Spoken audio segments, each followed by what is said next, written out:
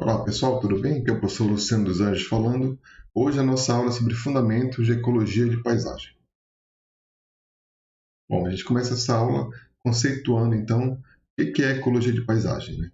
Esse ramo da ecologia que ganhou força nas últimas décadas, né, a partir do desenvolvimento e dos avanços tecnológicos relacionados ao sensoriamento remoto, geotecnologia, GPS e por aí vai. Bom, o conceito ele pode ser definido assim, como estudo da composição das paisagens e o arranjo espacial dos hábitats dentro dela, da paisagem, e como estes padrões influenciam os indivíduos, as populações, as comunidades e os ecossistemas em diferentes escalas espaciais. Bom, então a ecologia de paisagem ela tem um teor estritamente, ou a maior parte do tempo, é um teor espacialmente explícito, vamos dizer assim, né? E que ela consegue interagir, ela consegue conversar dentro dos diferentes níveis da hierarquia da ecologia. Né? Então, a gente consegue estudar, por exemplo, ecologia de paisagens levando em conta populações, mas também, se a gente quiser usar uma abordagem da ecologia de paisagem levando em conta os processos ecossistêmicos, também é possível. E também a gente pode variar nas diferentes escalas espaciais. A gente pode pegar uma escala espacial mais restrita, mas obrigatoriamente tem que ser uma escala espacialmente explícita, né? Dentro, por exemplo, de uma microbacia hidrográfica, ou pode pegar, por exemplo, a bacia amazônica inteira como um todo e fazer um estudo da paisagem e das mudanças na paisagem dentro da bacia amazônica. Né? Então, a ecologia de paisagem ela vem para unir então esses diferentes mundos da ecologia que até então eram, eram estudados de maneira independente, né, até individualizada, e agora a gente tem a possibilidade de unir essas diferentes abordagens com um corpo metodológico que tá ganhando cada vez mais força. Né? Bom, então, por exemplo, a gente tem aqui à direita tem uma simulação de uma paisagem, né, natural, uma paisagem não natural, na verdade, uma paisagem com elementos antropizados, né, mas que a gente tem basicamente aqui várias formas de uso da terra, né, que estão combinadas naquela paisagem. Né. E nesse contexto a gente pode chamar esse contexto, né, e o mundo natural se comporta assim de maneira geral como um mosaico de hábitats, né, são vários diferentes unidades de hábitat que são influenciadas por diferentes características, tanto do ponto de vista climático, quanto do ponto de vista do relevo, quanto do ponto de vista do solo. Né? Tudo isso pode influenciar nessa formação desse mosaico, dessa colcha de retalhos de hábitats diferentes, né? De uma paisagem. Aqui, por exemplo, a gente tem uma floresta B, um ambiente natural. Aqui tem um outro tipo de floresta, a floresta A. Aqui tem um campo de agricultura, né, uma plantação de alguma coisa, uma interferência humana, né. Aqui tem uma outra unidade ecossistêmica natural. Aqui do lado, como um outro elemento dessa paisagem, a gente tem, por exemplo, uma rodovia, tem uma estrada, por exemplo. Então, todos esses elementos combinados, interagindo, eles acabam, então, por afetar a dinâmica das populações, dos ecossistemas e aí das comunidades naturais como um todo. Então, como uma linha mestra, vamos dizer assim, da ecologia de paisagem, a gente assume que sempre vai ocorrer a heterogeneidade dos ambientes na paisagem e a gente vai estar sempre tratando a paisagem como esses mosaicos, né, sendo composta, então, a paisagem com esses diferentes tipos de ambientes interagindo. Né? Bom, se a gente pensar na espécie humana como um elemento importante de modificação na paisagem desde o início da sua origem, né, a gente vai verificar que a espécie humana tem um papel importante nesse processo. Né? E eu trouxe aqui alguns exemplos dessa influência humana que perdura até hoje na paisagem, né, dessa influência humana na paisagem que vem de tempos remotos, né, antes do nosso processo de civilização mais recente. Né? Então, por exemplo, eu poderia trazer vários exemplos aqui. Eu optei por trazer esses símbolos, né, que são encontrados na Amazônia, sobretudo na região do estado do Acre, Rondônia, né, esses símbolos, vamos dizer assim, eles só foram descobertos recentemente por conta do avanço do desmatamento, né? Então, até esse momento aqui, enquanto tinha a floresta, né, essas estruturas, essas formas geométricas, elas estavam encobertas pela floresta e eram desconhecidas, né? E tem vários formatos, pode ser o formato circular, o formato retangular, né? E parece que é algo desenhado, é algo pensado, e de fato né? São conhecidos como geoglifos na Amazônia, e esses locais eram os locais onde as populações pré-colombianas, né, os povos, os paleoíndios, eles cultivavam então diferentes espécies já domesticadas, né, nesses ambientes, né? Isso está muito relacionado com a questão da domesticação de espécies na Amazônia, né? Então esses locais eram considerados como uma espécie de pomar para essas populações onde havia a concentração dessas espécies domesticadas que tinham algum uso, né, ou para alimentação, ou para algum, ou para fazer remédio, ou alguma coisa nesse sentido, né? E isso também tem uma relação muito forte, né, não só aqui na Amazônia, mas em outros lugares, né, que a modificação da paisagem pela espécie humana, ela influencia diretamente a composição de espécies, o número de espécies, a densidade de espécies em uma determinada região. De modo que, à medida que a gente, por exemplo, se distancia de um centro de dominância, um centro de colonização da espécie humana, né, a composição de espécies tende a mudar à medida que a gente vai se distanciando desses locais. Então, isso mostra uma influência direta do fator ser humano, vamos dizer assim, né, modificando a paisagem, aqui em particular na Amazônia, através dos geoglifos.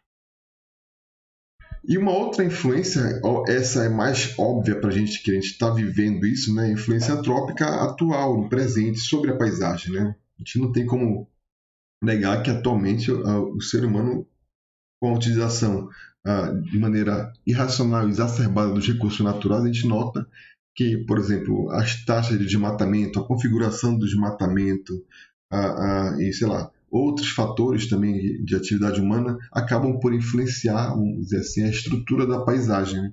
Então eu trouxe aqui como exemplo um videozinho que mostra uma série histórica do desmatamento no estado de Rondônia desde 1987. Vamos ver se vai rodar o vídeo aqui. Desde 86, na verdade. Então notem que a princípio, lá em 1986, a gente tinha uma configuração da paisagem, mas que ocorreu um processo de colonização muito forte, sobretudo nesse lado direito, aqui na primeira fase, né? E esse processo de colonização, depois de 24 anos, mostra como está estruturada a paisagem, né, dessa região de Rondônia após 24 anos de intenso uso dos recursos naturais, um intenso desmatamento nessa região.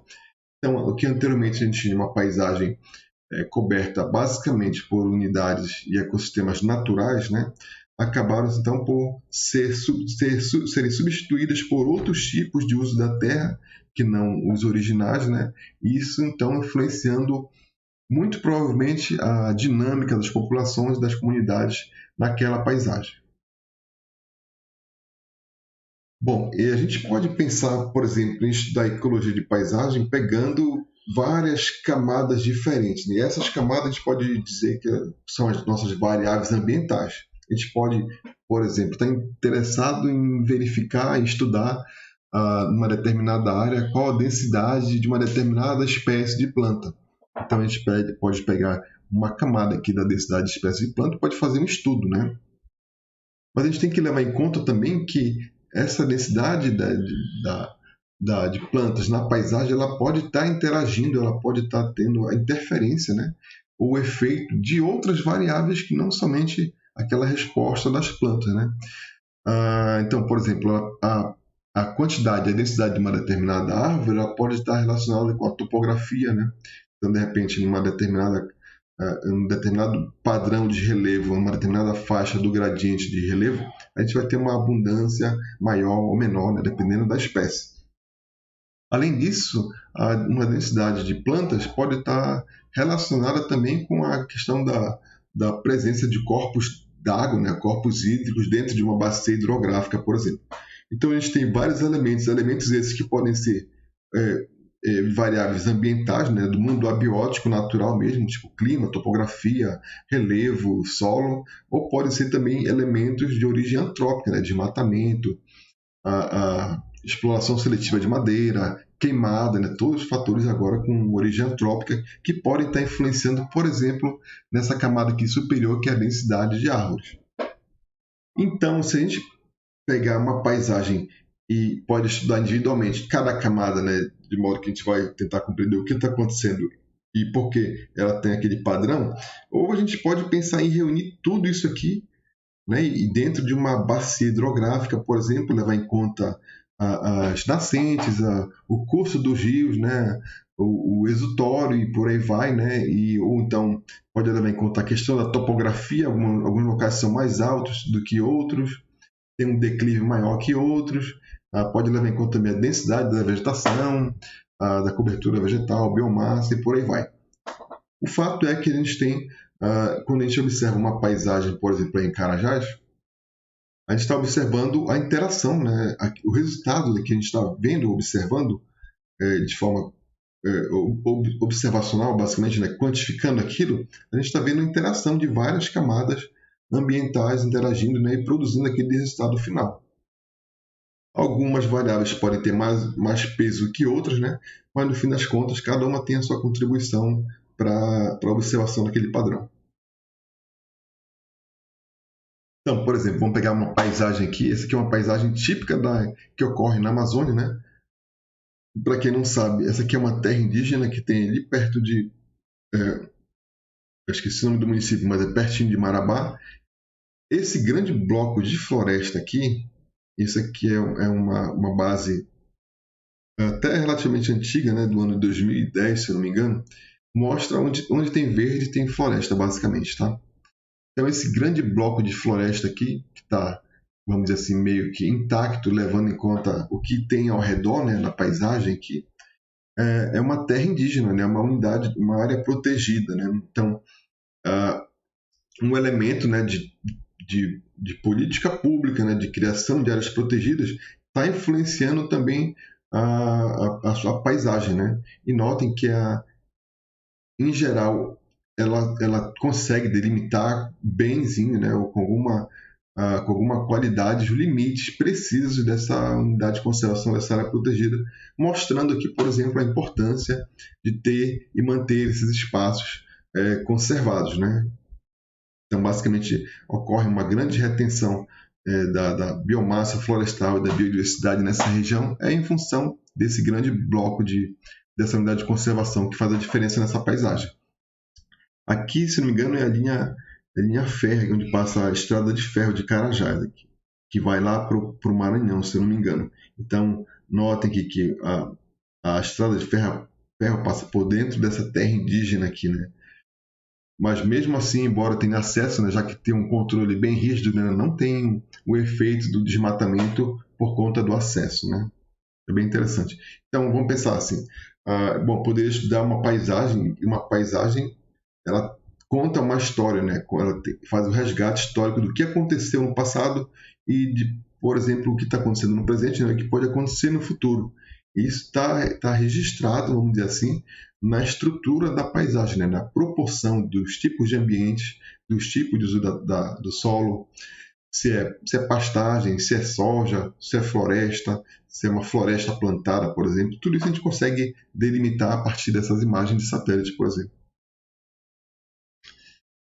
Bom, e agora a gente entra um tópico que é bem importante para essa disciplina, né? Que é um tópico mais baseado na teoria, né? No que a gente espera nesse contexto de ecologia de paisagens. A primeira teoria que eu trago para vocês aqui relacionando com a questão da ecologia de paisagens é a relação espécies-área, amplamente conhecida, né? Que ela diz basicamente o seguinte, ela está enquadrada nessa equação aqui, mas ela diz basicamente o seguinte: aqui o S é o número de espécies, né? A riqueza de espécies em determinado local, e o A é a área daquela região, né? Que foi amostrada. O C e o Z são constantes, que são fatores que multiplicadores, né, basicamente, né, e aqui uma potência do Z, mas a relação básica, né, esperada é que haja um crescimento do número de espécies, né, são diretamente proporcionais à medida que a gente aumenta a área amostrada. Então, se, por exemplo, fiz um estudo levando em conta 1 hectare e encontrei 10 espécies. Se eu aumento minha área amostrada para 10 hectares, para 100 hectares, o número de espécies vai aumentar proporcionalmente à minha área que eu amostrei. Né? Isso é verdade tanto para diferentes grupos de espécies, para diferentes locais, para diferentes tipos de ambiente. O que isso tem a ver com a ecologia de paisagem? Que, se por um acaso a gente tem perda de hábitat, né, o desmatamento, por exemplo, ou qualquer forma de perda de hábitat, a gente está perdendo a área disponível para as espécies e, consequentemente, a gente também vai estar perdendo espécies na mesma proporção, ou na proporção dessa equação aqui.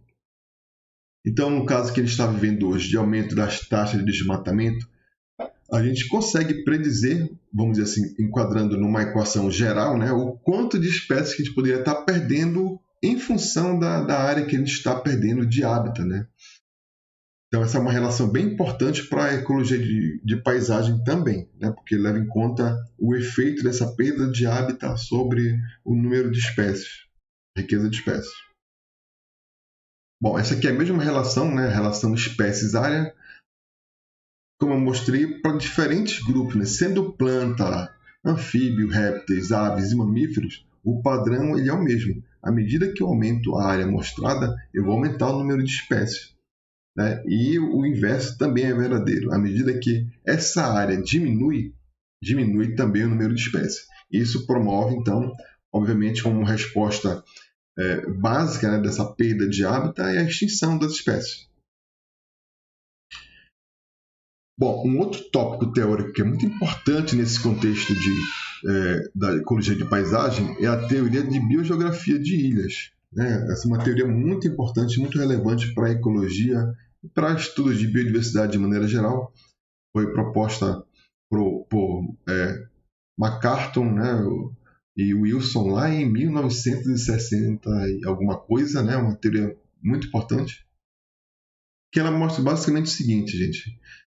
Ela mostra que o número de espécies numa ilha ela pode variar em função basicamente das taxas de colonização e extinção daquela ilha, né? E que o número de espécies de uma determinada ilha ela vai alcançar o equilíbrio quando a taxa de colonização for igual à taxa de extinção. Então, esse ponto mais ou menos bem aqui, né, onde tem o número de espécies na ilha, aqui no X, e a taxa de colonização ou extinção, elas se encontram nesse ponto da ilha.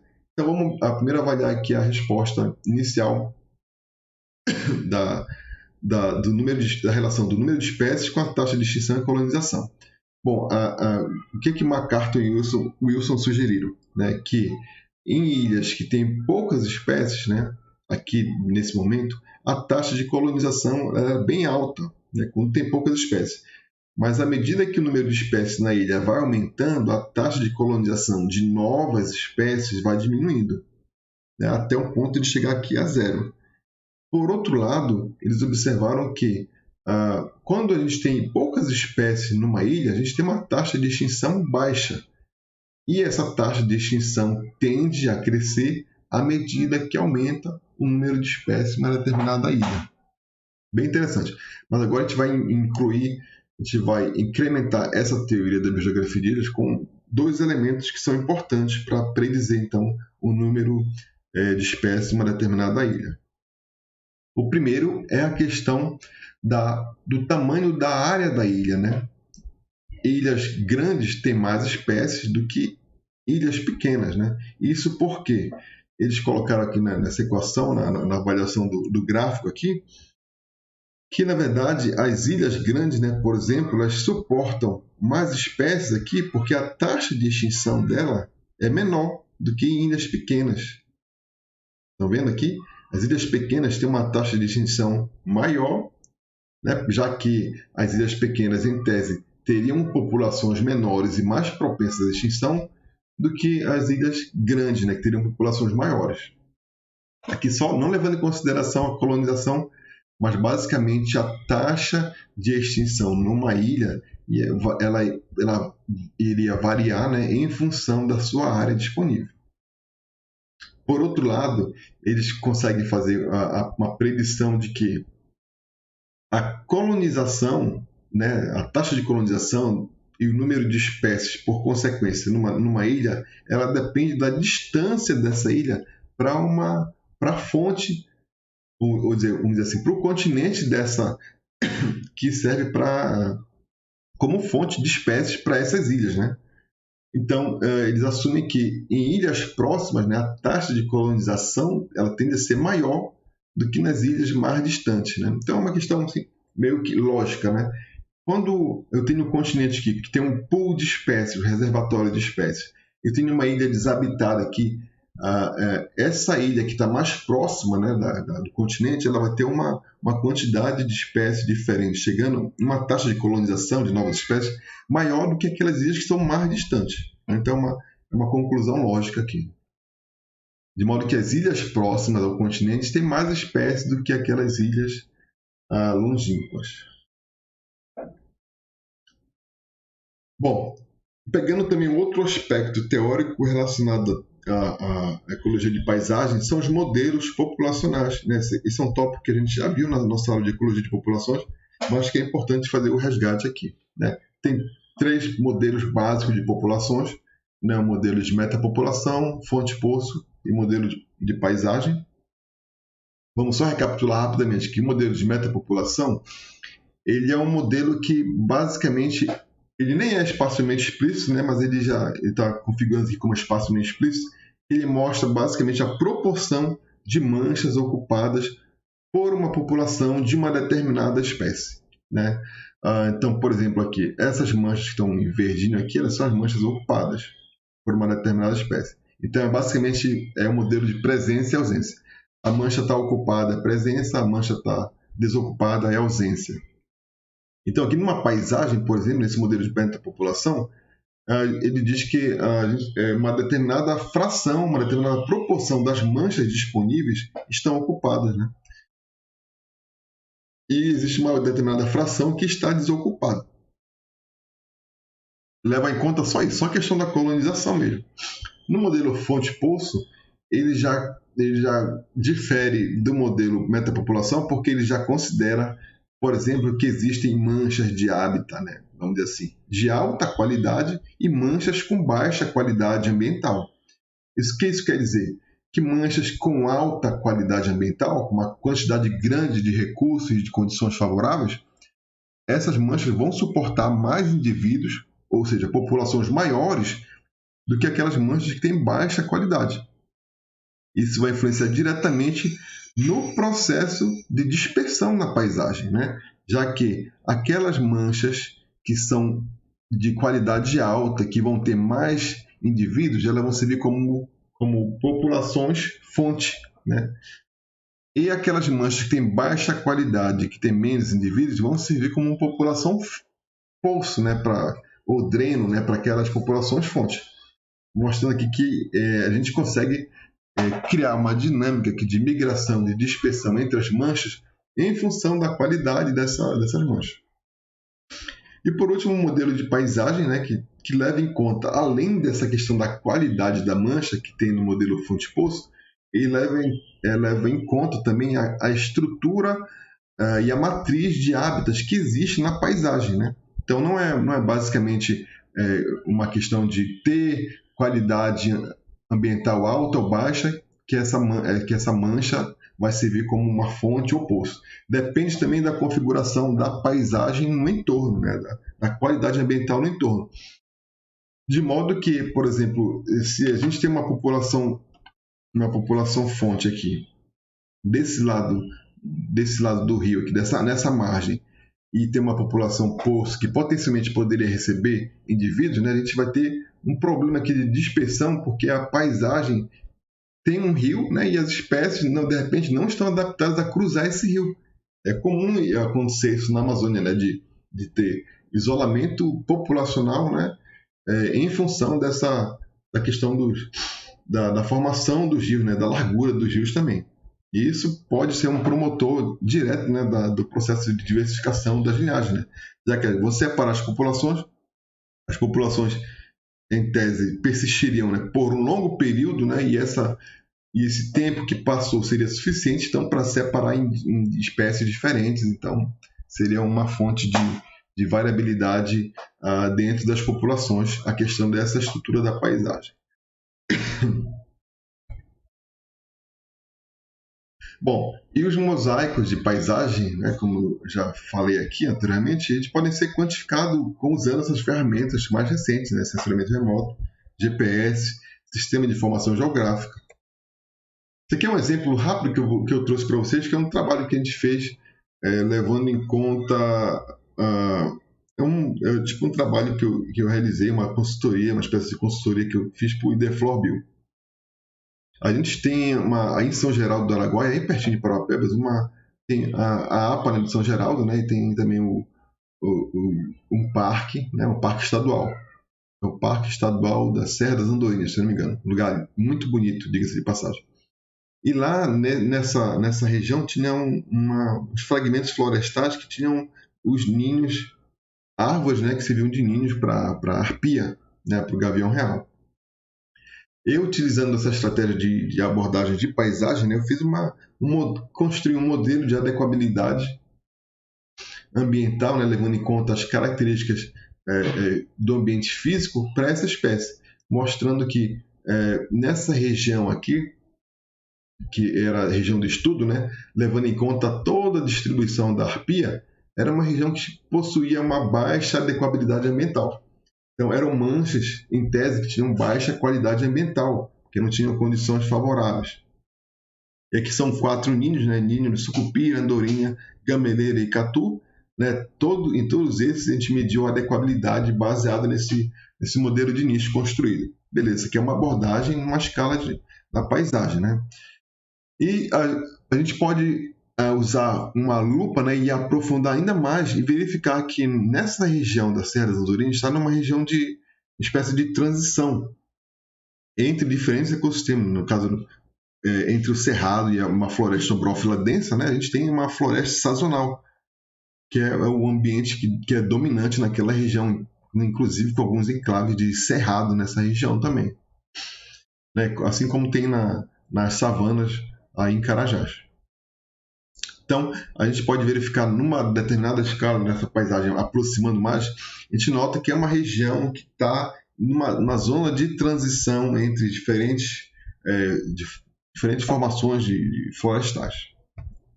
E se a gente aproximar ainda mais utilizando imagem de satélite, né, e classificação da cobertura vegetal e uso da terra, a gente pode verificar como está distribuído, por exemplo, os fragmentos florestais que têm os ninhos, né? Verificar, por exemplo, que esse Icatu 12 aqui, onde é que tem que é uma dos ninhos mais bem preservados, vamos dizer assim, mais ativos, é exatamente dentro de uma terra indígena, né? Um local bem mais preservado do que, por exemplo, esses ninhos aqui da gameleira, andorinha e sucupira, está inserido numa paisagem mais fragmentada. Esse aqui é só um exemplo de uma abordagem utilizando a ecologia de paisagem. Bom, fragmentação de hábitats e seus efeitos. Né? A fragmentação é um problema muito sério nesse contexto de ecologia de paisagem, sobretudo para as espécies mais exigentes. Né? Isso é baseado numa questão lógica mesmo, matemática. Né? Por exemplo, se a gente tem uma área muito grande assim, de floresta, imagine que seja um bloco de floresta que tem 100 por 100 metros. A área total desse bloco de floresta é 1 hectare. E a área de borda, né, se a gente contar o perímetro aqui, são 400 metros, certo? Vocês concordam? Se a gente pegar por exemplo, o Estado resolve construir uma estrada atravessando daqui para cá e tipo, retalhar toda essa área de floresta aqui. Uma área que tinha uma área de borda de 400 metros, se a gente construir estradas, por exemplo, lotear essa área, a gente vai ter novamente aqui uma área total de 1 hectare, né, se a gente for dividir aqui, mas a área de borda disponível aqui vai para 1.600 metros, né? Aumentando 4 vezes aqui a área de borda, levando em conta que a mesma área total, 1 hectare. Né? E esse efeito de borda ele é muito nocivo para as espécies, como a gente vai ver aqui. Né? Quais são os 5 principais efeitos da fragmentação? Primeiro é que a quantidade total de hábitat diminui, né? Que a gente perde hábitat com a fragmentação. O número de fragmentos de hábitat ele aumenta. A quantidade de borda de hábitat também aumenta. E o tamanho do fragmento médio ele diminui. E o isolamento do fragmento aumenta. Então, toda essa reconfiguração da paisagem vai influenciar diretamente na qualidade do ambiente, né? E, por conseguinte, vai influenciar na dispersão das populações através desses fragmentos. Né? E o efeito de borda, nesse sentido, aqui nesse contexto, como é que ele entra? Quando a gente tem um aumento expressivo da borda, desse ambiente que era anteriormente homogêneo, vamos dizer assim, a gente vai ter uma temperatura mais alta na borda, a gente vai ter uma umidade relativa menor na borda, as árvores vão estar mais sujeitas a morrer, por exemplo, por causa de vento forte, elas vão estar mais sujeitas ao efeito da dessecação, por exemplo, né? E da desidratação, vão estar mais sujeitas também ao fogo. Né? Então tem uma série de consequências negativas relacionadas à fragmentação, que são esses chamados efeitos de borda.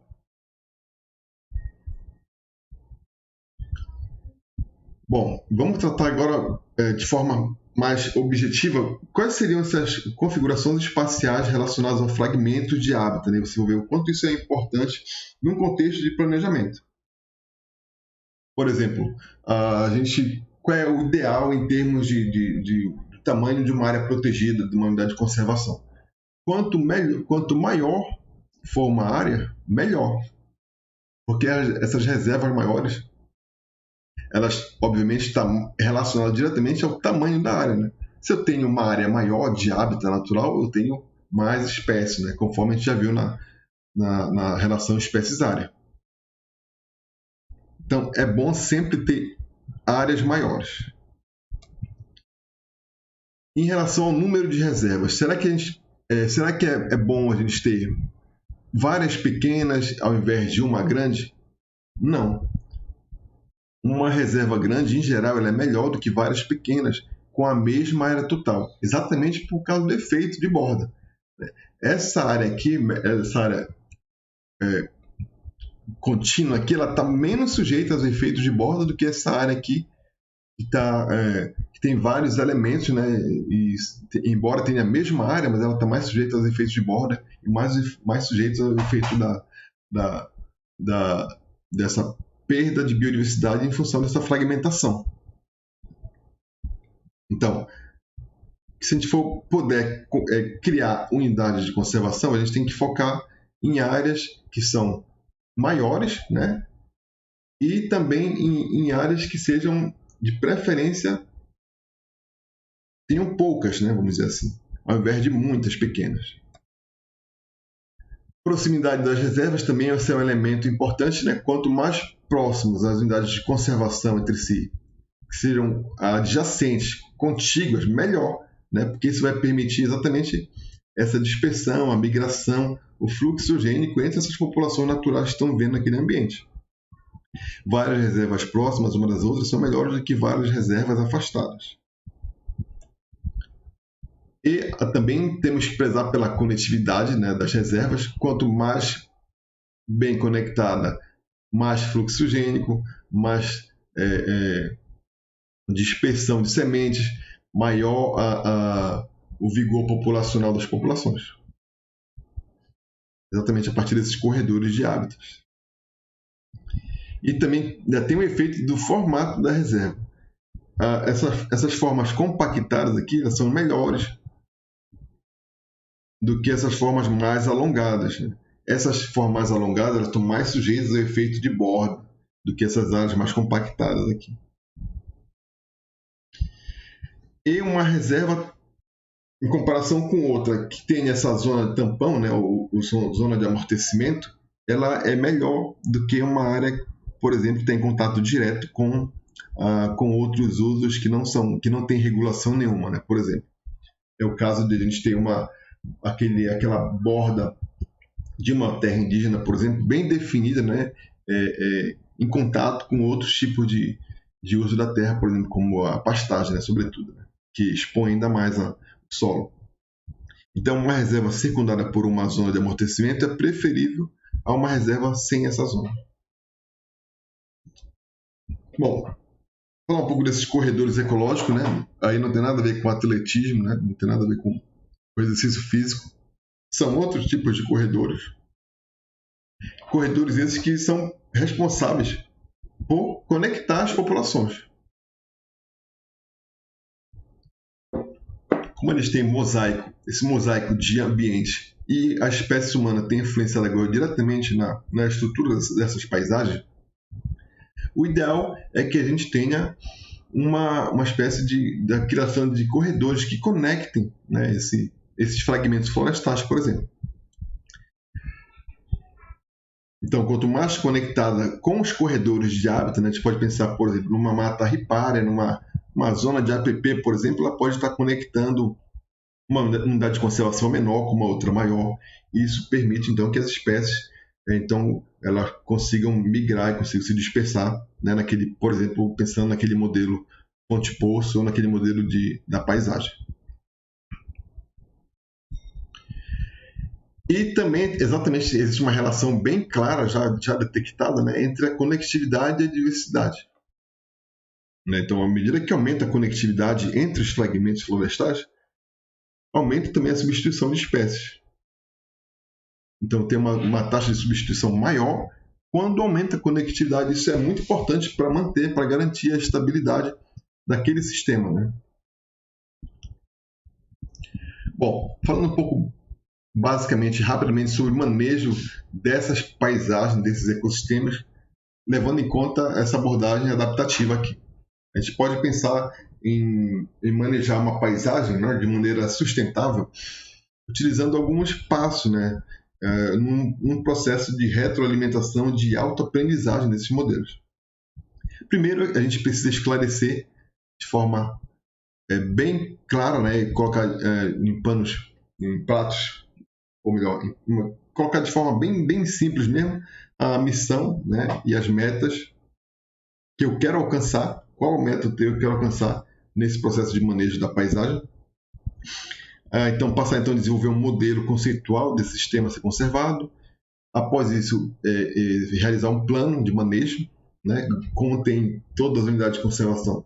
Aí, em particular, em Parauapebas, vai ser importante do mosaico, no mosaico de áreas protegidas, onde cada unidade de conservação, com exceção das terras indígenas, tem o seu plano de manejo já bem delimitado, né, e a interação desse plano de manejo entre as unidades de conservação. Desenvolver também um plano de monitoramento, implementar esses planos de manejo e monitoramento, analisar dados e discutir resultados e adaptar e aprender em caso para ocorrer esse processo para fechar o ciclo de retroalimentação, né, para sempre melhorar cada vez mais esse manejo adaptativo. Isso aqui é basicamente o trabalho de quem faz a gestão, né, dessas unidades de conservação, como o pessoal do ICMBio ou o pessoal do IDFLORBio. E também considerar que as paisagens, né, atualmente, elas estão inseridas em diferentes contextos, né? Tem que considerar todos os contextos possíveis. O contexto ecológico, né, que está relacionado aos dados, modelos matemáticos, responsabilidade científica e por aí vai. Tem um contexto institucional também, né, que tem que levar em consideração a legislação, a plano de ação, terras e outros bens, responsabilidade do setor público, né, de maneira geral, que é o Estado, né, atuando aqui como um ator importante da conservação e manejo sustentável das paisagens, e também ter o contexto socioeconômico da sociedade, né, e leva em conta também a questão da utilização sustentável e racional da paisagem, né, dos recursos naturais, né, levando em conta valores, interesses, informações, terras e outros bens. Então, para a gente alcançar aqui essa zona de interseção que está em D aqui, não é uma tarefa fácil, né? Que a gente tem que conciliar vários atores com diferentes interesses, às vezes até interesses conflitantes, né? Mas a gente tem que procurar uma alternativa sempre no sentido de alcançar então esse consenso, né? Que garanta a sustentabilidade do uso da paisagem. Bom, pessoal, hoje era essa aula que eu tinha para mostrar para vocês. Eu queria agradecer a atenção de todos. A gente se encontra na próxima semana. Obrigadão. Tchau.